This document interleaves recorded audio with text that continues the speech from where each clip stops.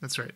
And that goes to the Schmidt discussion and discussions we've had with Brad Evans as well about kind of this Schmittian friend-enemy distinction. And, outside of our country, boy, it doesn't matter, right? As long as the interests of those we consider our friends, our citizens, are being considered first and foremost, we don't really care if we're massacring other people or if someone in our name is massacring other people or if our allies are, but of course we do it ourselves with drone strikes and in the past rendition and Abu Ghraib and all that. But of course, fascism and proto-fascism and like Trump rhetoric and policy also seems to be further making more and more enemies even within the borders of our country, right? And excluding all kinds of groups, mass incarceration, immigration, all these issues. As Brad Evans said, fascism is a will to nothing in a way. It's like continually finding more and more groups to put outside of your friend-enemy distinction, like outside of your polis, outside of your community, until there's nothing left, right? And that's why, like Hitler too, right, cannibalized his own leadership and his own people, because if you have this mentality where you're always focused on both power and then exclusion and defeating and conquering those that are not aligned with you, it's just this kind of spiral, this death spiral, right?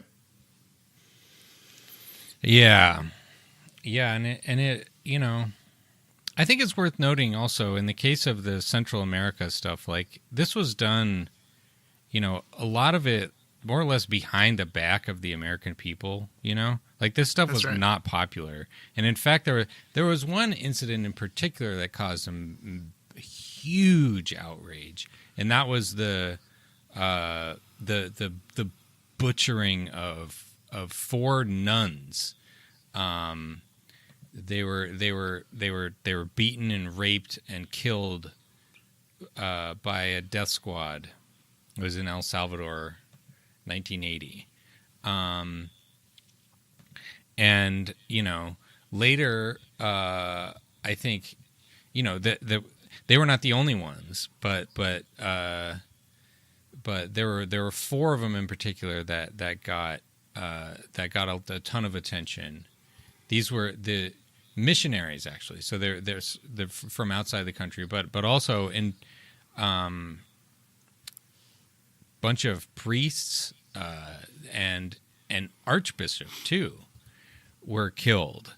And there were a lot of people who were genuinely outraged about this, and because it was like, what the fuck, like what are we doing? Let's not do that. That's bad. That's morally wrong. It's wrong to kill people for no reason, which is what was happening. And that's why they had to scurry around in the Iran-Contra thing to get the funding for the stuff they still wanted to do. And I think it demonstrates, number one, the need for like the democratic elements of the American society to take a greater role in foreign policy. Yes. To be, because if you put stuff like I've seen some polling on the Yemen war, it's not popular. Nobody wants, people are like, no one wants it. What the fuck, why are we butting our noses in over there doing shit for no reason? Just generally, there is a disjuncture between the will of the people and what policies are put into act. Like the idea that what actually gets passed, well, that's what people support. And if people supported something else, that would get passed. What gets proposed or gets passed has almost nothing to do with the will of the people. Very, very little. Go ahead.